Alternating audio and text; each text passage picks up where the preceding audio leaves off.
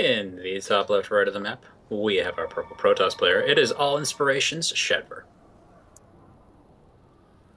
And in the bottom right of King Sejong's Station Ladder Edition, it is cladless Mercury. It's a red Protoss. PvP. Haven't had one of these in a good long time, actually. Which is a little surprising, really. Like when I finally started to be a little bit better about actually including the matchups when I put out the email.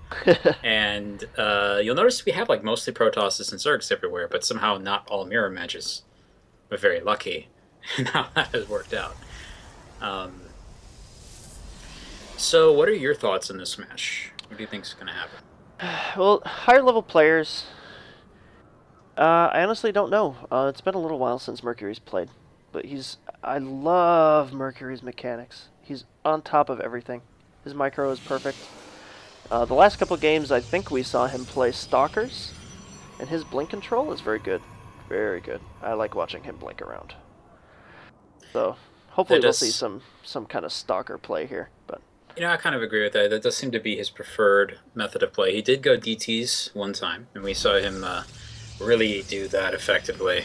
Though, honestly, if I were in Shadver's position, I'd come away from that going, okay, I either need to play the same game as him or take some risks and try and hard counter what he did. Right. Which a robo opening essentially is what does that. But yeah, and I mean, he says he hasn't played in a while, but he said that last time, and he totally... I think he took the game, or the whole series. I think Shadver only got one map on him, so... Well, you got to remember that, outside of the fact that a person has or hasn't played in a while, there is the fact that they're stronger and weaker against certain things. And I have a feeling we just saw that Mercury was basically utilizing tactics that Shadver just happens to have a decent amount of difficulty with. And you'll notice, too, that Mercury really isn't the kind of scouting guy.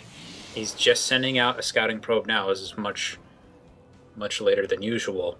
He doesn't really have a lot of information on what his opponent is up to at the moment, and that's kind of the way he likes to play it. He likes to get a little early economic advantage and try to exploit that.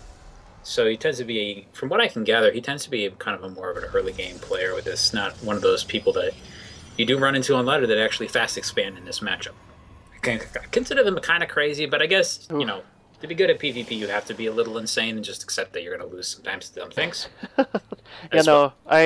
Just thinking of fast expanding against another Protoss makes me cringe so hard. The only time it really works is if the person's trying to hard counter a one-base play and they don't have an attack built into it. Like, if you were to see someone go, say, certain types of robo openings, like, not all of them can actually turn into attacks. Especially, they get the robo, then they get the observer immediately, instead of getting an immortal immediately. They can't transition that to punishing you at all. Not very easily, anyway. Unfortunately, that dies to a number of things that fly, which is kind of the reason why nobody really necessarily goes for that. But, check it out. Shadver this time being the person who's actually going for the Twilight Council, while our red Protoss is going for the Stargate. Stargate versus Twilight. So you think Mercury's going to push into Oracle first? He does have both gases.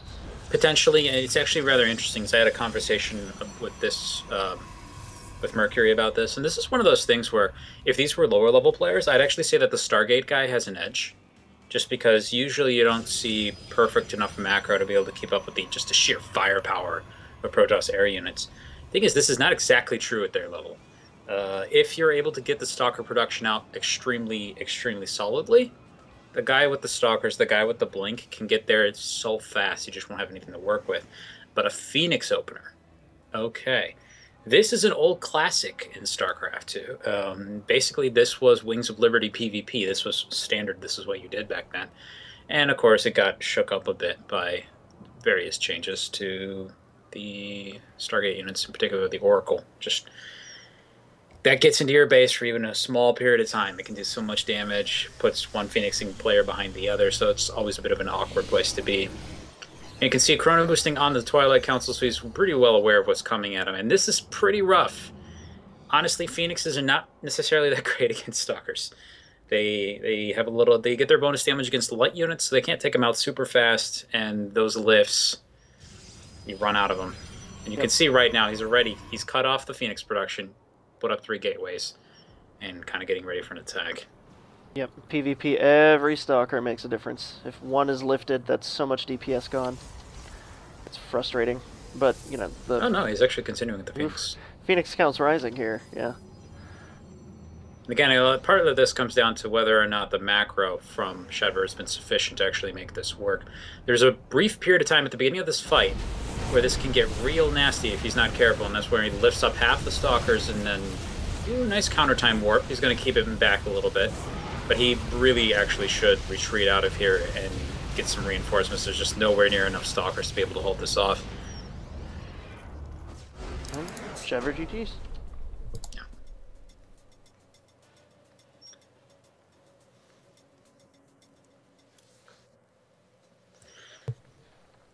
It's a quick game there. Very well executed.